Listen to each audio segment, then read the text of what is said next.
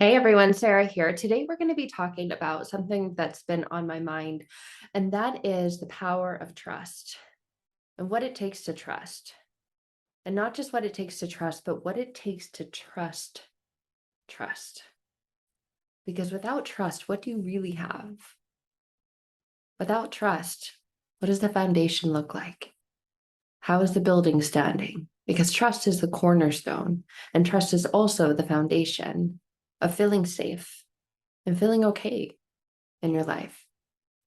And over the years, so many people that I work with, they come to me because of the lack of trust that they have for others and the lack of trust that they have within themselves.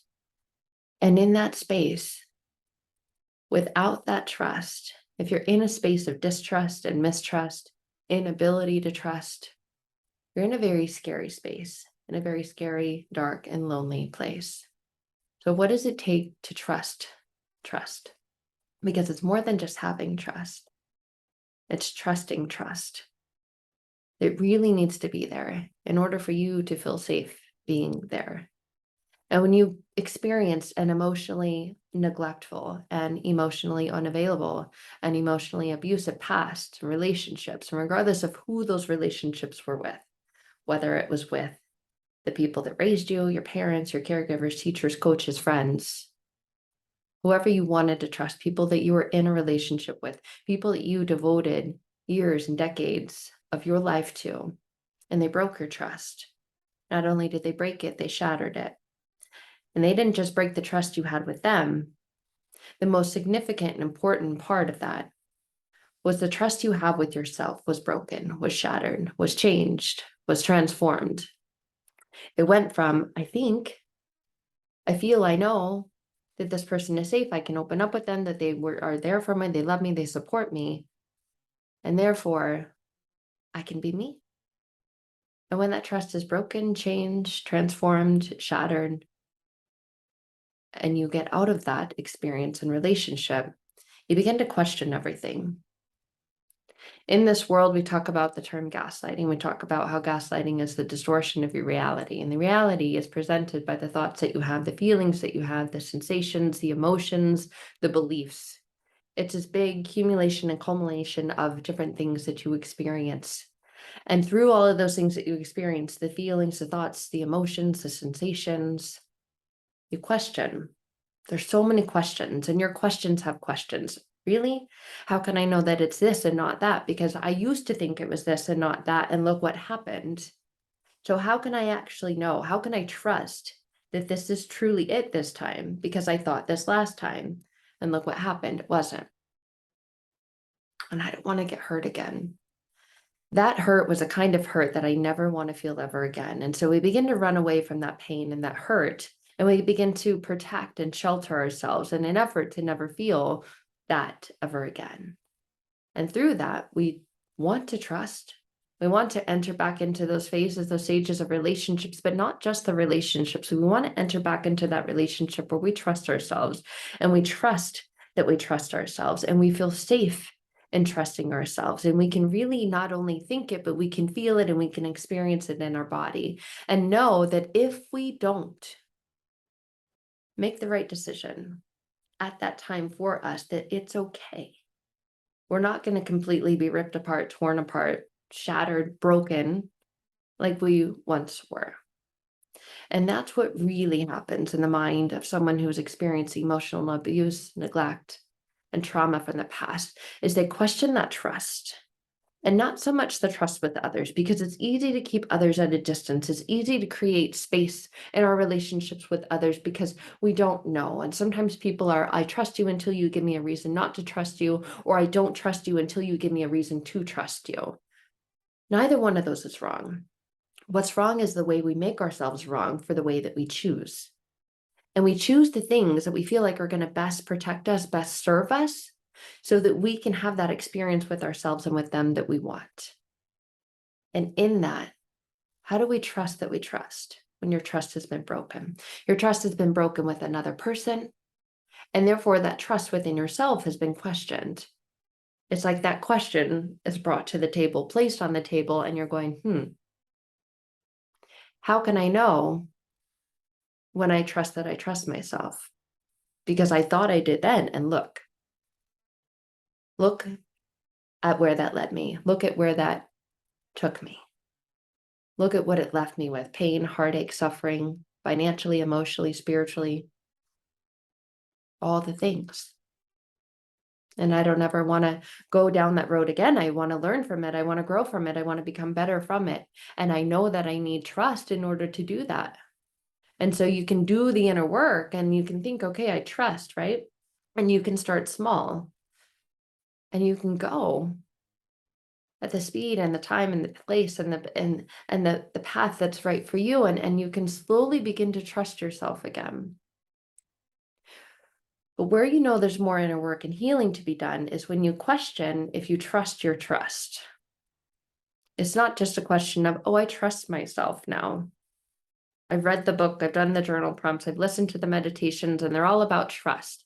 And I've written the forgiveness letters, and so I trust.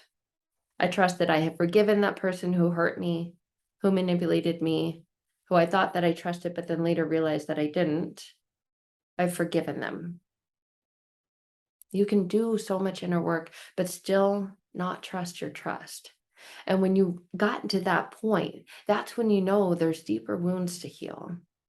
When you question trust, because trust is the foundation, trust is the cornerstone of really being free. And not kind of free, not like I'm free if I do this. I feel free if I listen to this meditation in the morning. I feel free if I journal. And if I don't, I can tell that I'm off. So I need to go back to that. I just need to journal more. I just need to meditate more. What you really need more is more trust for your trust. You can question that. You can think, I don't know if I trust my trust. How can I know?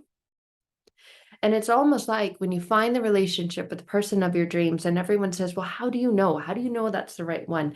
And people who have the right one will tell you, you just know that you know. I just knew. And you can come from a place of pain and say, well, I thought that too. So what's the difference? Like, give me the list, give me all the pinpoints. Like, come on, I've got my pen ready. Look.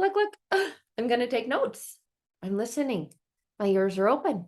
I want to learn from you. I want to do this. I want to know all the things so I can apply that to my own life. But the thing is, that's their life.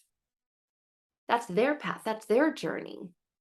And no matter how hard you try or how bad you want it, you can't live another person's life. You can only live yours. And yours is vastly different from theirs. And no matter how hard you try to make it the same, you do all the same things that they do, you're going to receive a different outcome because only you are you and only you have had your experiences. And it's not just the experiences that transform and change you, it's your innermost thoughts and beliefs that you have about yourself because of those experiences, because of the path that you were on. And we have the path that we used to be on, the place that we're at now, and this path that we hope to go on and go down in an effort to get what we want. But how can we trust that we trust what we want? And some people will say, well, it's just that inner knowing, it's that sixth sense, it's that intuition, it's that inner feeling. And you can feel that. And you can look back at times in your life where you really knew that you leaned into that you trusted that. And even if you questioned it, you went with it anyway. And voila, it was like this magic wand, and you got what you wanted, or you manifested what you wanted, or what you wanted became. And then you think, well, how can I do that again? Because I want that in this area of my life, but this area of my life is different than that. But it's really not. It's really all the same. It's really about trusting your trust. And when you've come from an emotionally abusive, neglectful, unavailable past, and your self-trust was questioned, you may now still find that you're questioning when you trust. That's not a fun place to be. I was thinking about this recently in terms of how it shows up and how it showed up for me in my past. And if you've watched any of my videos before, you know that that's the type of background and experience that I had.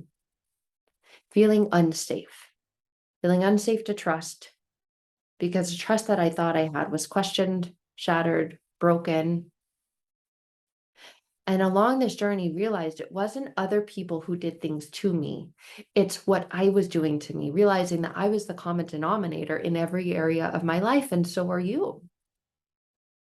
because everywhere you go, there you are. And other people come in and leave and go at different times and different places and different phases of your life. But wherever you go, there you are. And so you're always with your trust. And regardless of where it is, if it's completely full and you're like, I know this about me because this is the real me. This isn't this story and this version of other people who they had of me, who I'm trying to live through so that they can be happy and satisfied in their life and they can trust me and I can trust them and it's beautiful. That's just a lens that it's living through, and you can tell yourself, no, it's not that. And if you're telling yourself that, then what is it? If it's not that, what is it that it is? And that's where this questioning can come into playing. I don't know. How do I know? How do I figure that out? How do I discover that? Because I know that I need to in order to feel this. And in order to stay with this and not have it leave. Because I look back at times in my life where I thought, no, I know I trusted myself and things went really well when I did. And I was able to navigate and get away from something that could have been so bad. There's a term, dodge the bullet. I was able to dodge the bullet. Oh, thank God. Thank God I trusted my trust in that moment, even though maybe I didn't know that I was doing that, but I did. Because now I can look back at that and see what happened. And I had a recent conversation with my neighbor about this, and we were talking about that. And oh my God, thank God that happened, right? Yeah, that could have been me. But I knew I just had this inner feeling. And I didn't question it. I trusted my trust, trusted my gut, I trusted my instincts. And I did what I knew what was right for me to do, even though I wanted to do something else. But when you come from an emotionally abusive, neglectful past, you don't know if you trust your trust. You lean more on questioning your trust instead of trusting your trust. It was so beautiful having this experience with my daughter. It's a very, very different upbringing in childhood than the one I had for many reasons and many circumstances, situational things. But creating the safe place within ourselves where we can trust our trust allows us to hold that space within others where they can sit with trusting their trust instead of questioning their trust. And it's interesting when you are with people as they navigate through different experiences and you can feel their energy and you can read what's happening without anything being said. The more inner work you do to heal, the more you can sit with your own trust and trusting your trust and holding that space for others so that they are then able to trust their trust. And holding the space for my daughter as she says certain things and then waits for what I know is a response instead of a reaction, for what I know is, okay, I know it's coming, instead of what's coming, and feeling safe to come, ask questions, and know that when she's done receiving, she's free to go. She's not forced to sit there and listen and experience these things she doesn't want to experience. And it's so fascinating to see evolution and development and growth in that space instead of what normally happens, feeling shut down, feeling misunderstood, misinterpreted, because there's always a flip side. There's always two sides, right? Two sides to the sword, double-edged sword, indicating that there's this side and there's this side, two sides to every coin. There's the heads and there's the tails. So there's the good and there's the bad and there's the trust and then there's the trusting that you trust. And how do you get to that place when you're still carrying all of these inner unhealed wounds, all of this emotional baggage and garbage from the past, all of these beliefs and limitations that others placed upon you, all because they had them on themselves and they didn't want them? And I recently shared this post. It's like this game of hot potato.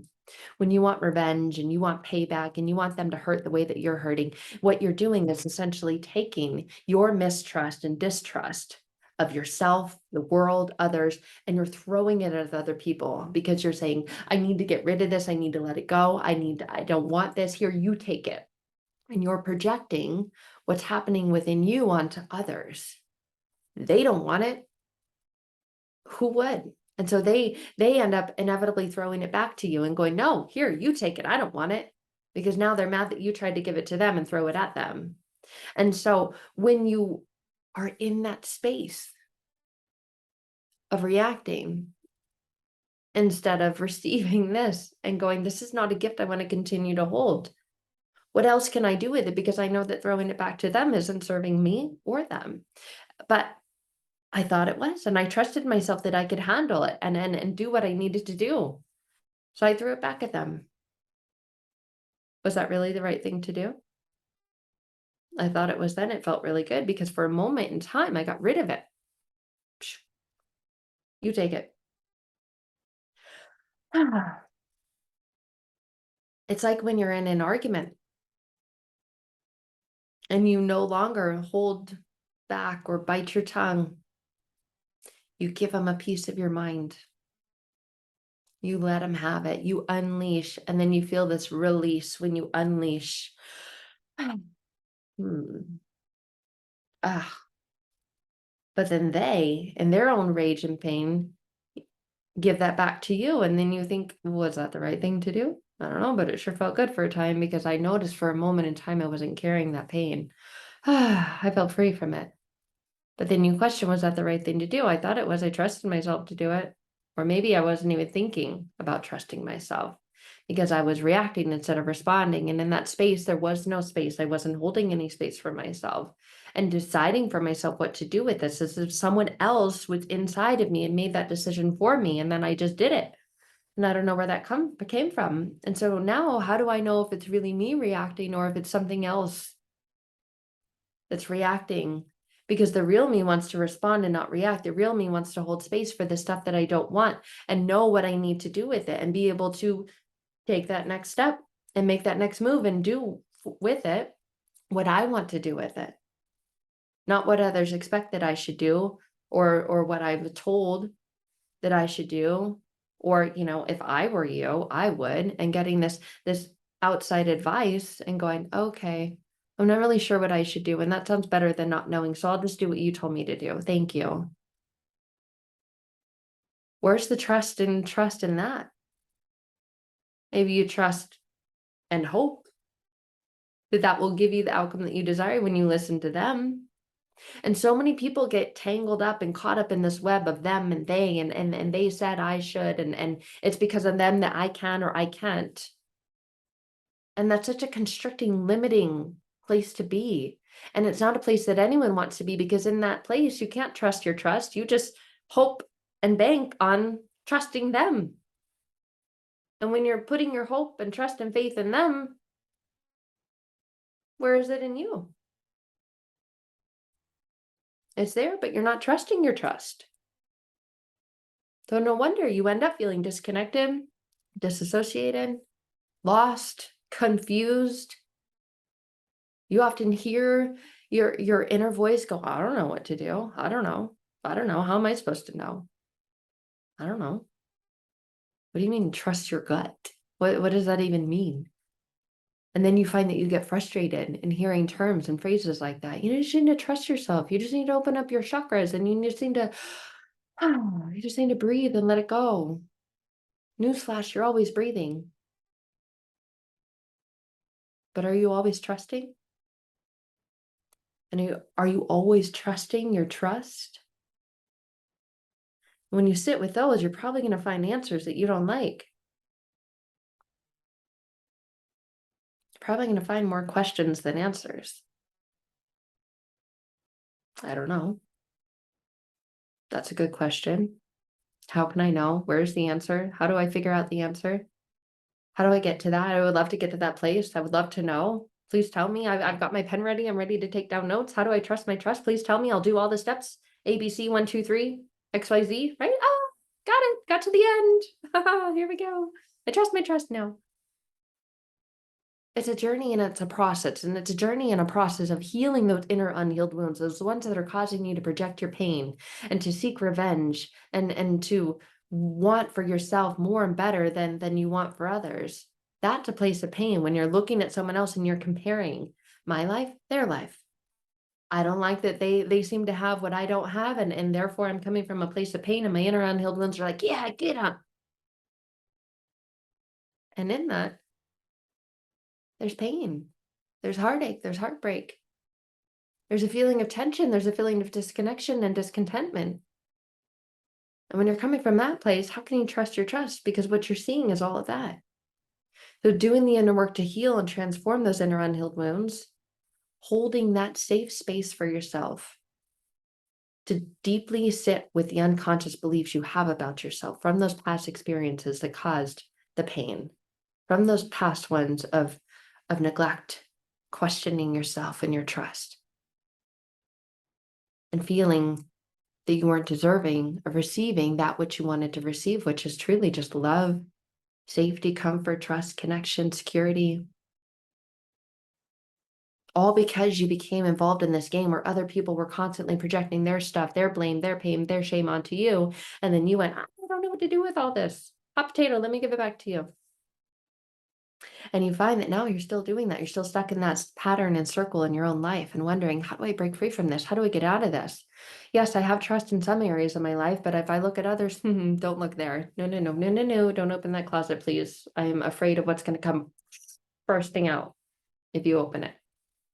Matter of fact, where's the lock? I need to put another lock on it. And feeling that you need to cut through those chains to get out what's in there. The true evolution and process and journey is within. And there's a way that you can navigate through that in a time and place that's meant for you, that's right for you. And then there's going even deeper within that. Truly getting to the unconscious beliefs that you have about yourself because of those past experiences, because of those past relationships that truly transform you, that completely changes you, that allows you to get to that place within yourself where you not only trust, but you trust your trust. And from that place and in that space, you do things that you never thought you'd be able to do.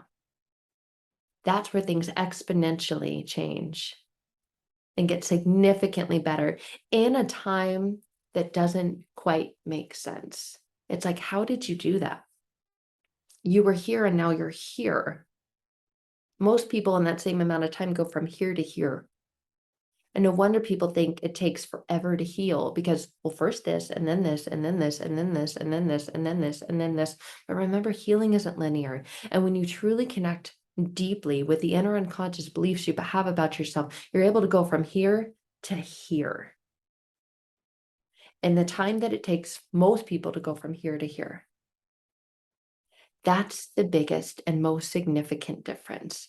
And that is where you're able to get to that place where you can trust your trust and grow exponentially, manifest things at lightning speed, and see these changes within your life that you look back on your life where I was at a year ago from now, 5 years ago. I would have never dreamed that where I am today would have been possible had I not done this. And that is all to do with healing those inner wounds, transforming those unconscious beliefs you have about yourself, and getting to that place where you trust your trust now. Despite all those things that were done to you, despite the impact that they used to have on you, it's like, no, no, no. Those are old chapters of me. Those are older versions of me. And that person that I am today is able to be who I am today because of who I used to be. It's truly rewriting your life. And I invite you to connect with us, to go on this journey for yourself and with yourself. But it has to be something that you desire for you. It can't be something that someone else wants for you so that they can become more comfortable with themselves. This has to be something that you deeply desire and believe that you deserve for you. Because when you change you, you change others around you. You change your experience. You change the relationships that you have. Those relationships that are most significant, most important, most meaningful to you. For me, the relationship that I have with my daughter and the relationship that I know that she will have with everyone else that she connects with, the relationship that I have with my clients. When one life is changed, every life is changed. And when one person heals their inner wounds, you're teaching others that it is possible that they can too. And it doesn't take here, here, here, here, here, here, here. It doesn't take as long as most people want you to believe that it takes. You can go from here to here when you're using the right methods, when you're using the right tools, when you're deeply and powerfully connecting with the inner unconscious beliefs you have about you because of the things that you went through. And that's exactly what we do inside our transforming past pain to present power. It's a regaining of your power, a reestablishing of your power, a reconnecting with your power. It's a trusting of your trust. And all of that takes place within you. And when that changes about you, everything else changes too. And that's what I want for you. So I'd love to see you inside of our program, Transforming Past Pain to Present Power, if that's the journey that you're ready to go on. If those are the types of inner wounds and thoughts that you're ready to heal and transform and change, not just for you, but for everyone else around you, for everyone else in this life. You've probably heard that metaphor about the sand dollar and the little boy that was walking along the beach, and he picked one up and he threw it back into the ocean because it had washed ashore. And someone said, "What are you doing? That's such a waste. It's not going to make a difference. Look at the thousands and thousands of sand dollars out here. You're going to be out here for a lifetime." And that little boy, entrusting his trust, said, "You may be right, but it made a difference to that one." And I can't help but wonder if all the other sand dollars, after seeing that and hearing that, thought, "Pick me too, me too," and started this Me Too revolution and movement, and trusted that they too would have that available for them. Instead of just sitting there thinking, "You know what? I've been washed ashore. I'm just going to wither. I'm going to die. I'm going to become a part of someone's beach collection in their bathroom. That's it." Or if they held on to that trusting that they trusted that that person doing that very thing for them and someone else would be a part of their journey to continuing to live. So that is what I deeply desire for you, and I know it's available for you. And I would love to connect with you and see you inside of our program. And when you're ready for one-to-one, take it even further, even deeper within. All right, you guys, sending you much love. That is it for today. And I will see you all very, very soon. Bye for now.